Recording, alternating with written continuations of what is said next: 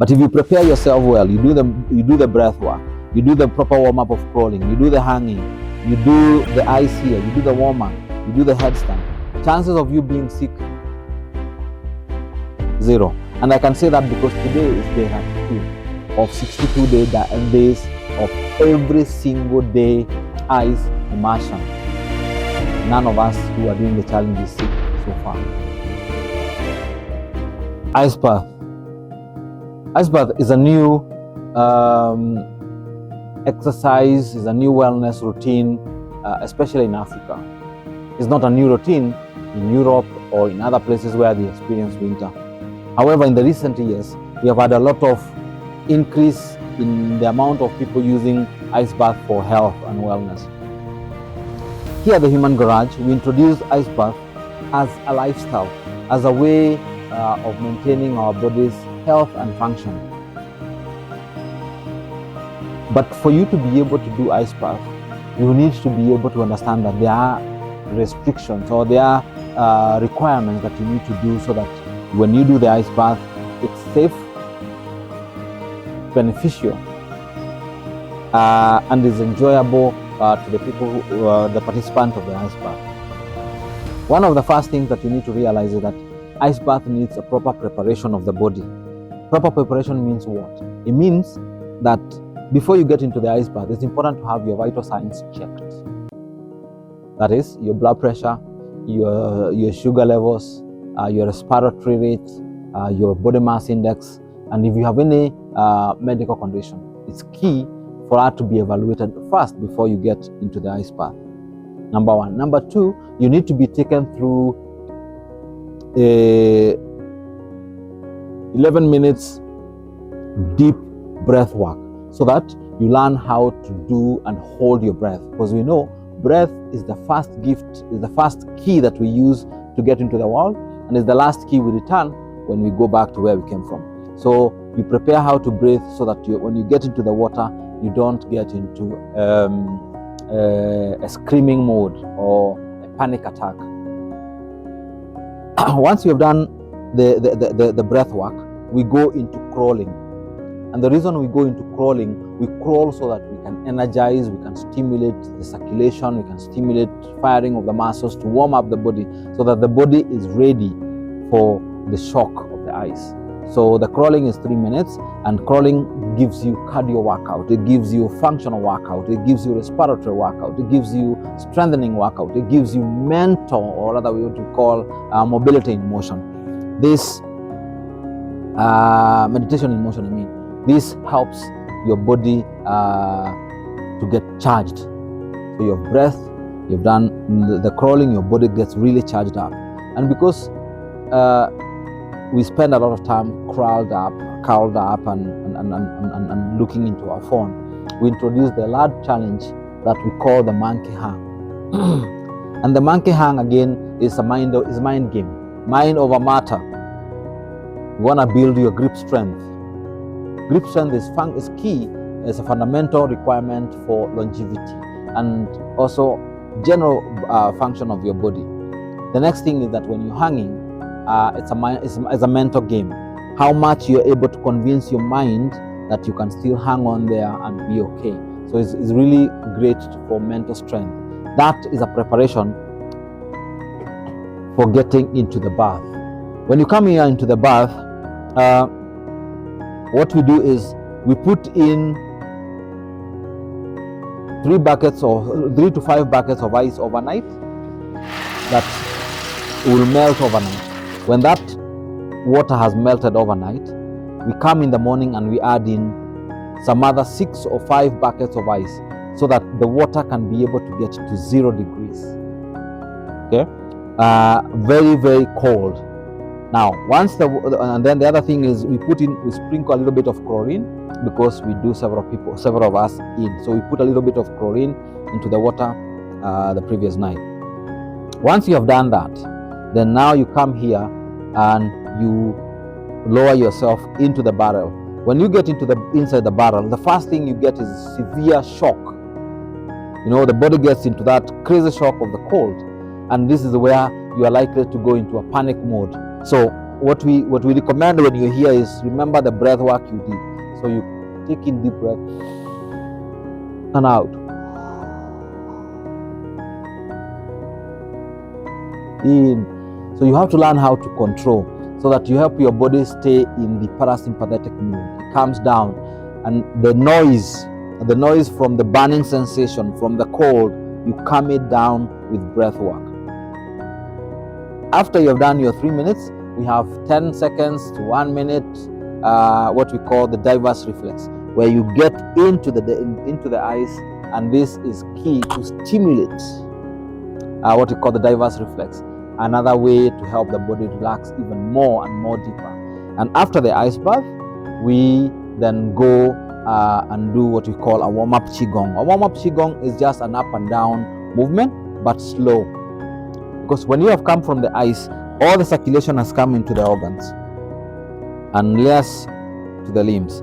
So the warm-up qigong helps redistribute the blood back to the limbs and help your body warm up very fast. And then the last thing that we do is a headstand. We do the headstand to, again, is like like put the body upside down and help the body even relax more, get into more parasympathetic mode. All these exercises that we are doing here to prepare to do for this challenge are all exercises that are functional, are all exercises that are aimed at helping your body to endure, to tolerate, to heal from it. And then somebody will say, okay, fine, I've done all that, so what are the benefits? Let's start with physical. The first physical benefit that you feel you get is muscle relaxation. There's a lot of muscle relaxation that comes with ice immersion and with these activities that we do. So the muscles of the body and the tension on the body tends to relax. You also tend to relieve pain. If you're going through a hard time, you're going through depression, you're going through actually metabolic problems, we have realized that when you do the ice bath, actually after some time, even your gut tends to clear in a way that you cannot explain. The next thing that happens is you end up strengthening your immune system. Your immune system gets stimulated so much that end up being stronger and helps you in case you get ill. Your body revamps back faster. Circulation. Ice and all the exercises are aimed at improving the circulation. Remember, proper circulation in the body is what we call health. If you don't have very good circulation in the body, then your health will be in jeopardy. Why? It's not everywhere in your body that they receive the required amount of blood, meaning then they're also not going to be getting the required amount of nerve stimulation and also hormone stimulation, if you may. The other benefit you get is sleep. Ice bath resets your sleep pattern. With a lot of stimulation and dopamine release, it resets your sleep pattern. It helps you calm down and fall into the realm of deep sleep. A lot of us no longer even get dreams at night, no longer even get 4 hours of sleep. This will force you to sleep those many hours. And finally, I would say stress. Yes, stress. This will help you calm your demons. It will help you listen to your body. It will help you relax in a way that you've never felt before. Your body is used to being hyper. It needs to be brought down so that it can calm down and function at a more controlled environment. And the benefit of ice continue. They are many, they are endless, but these are just a few of what I would mention.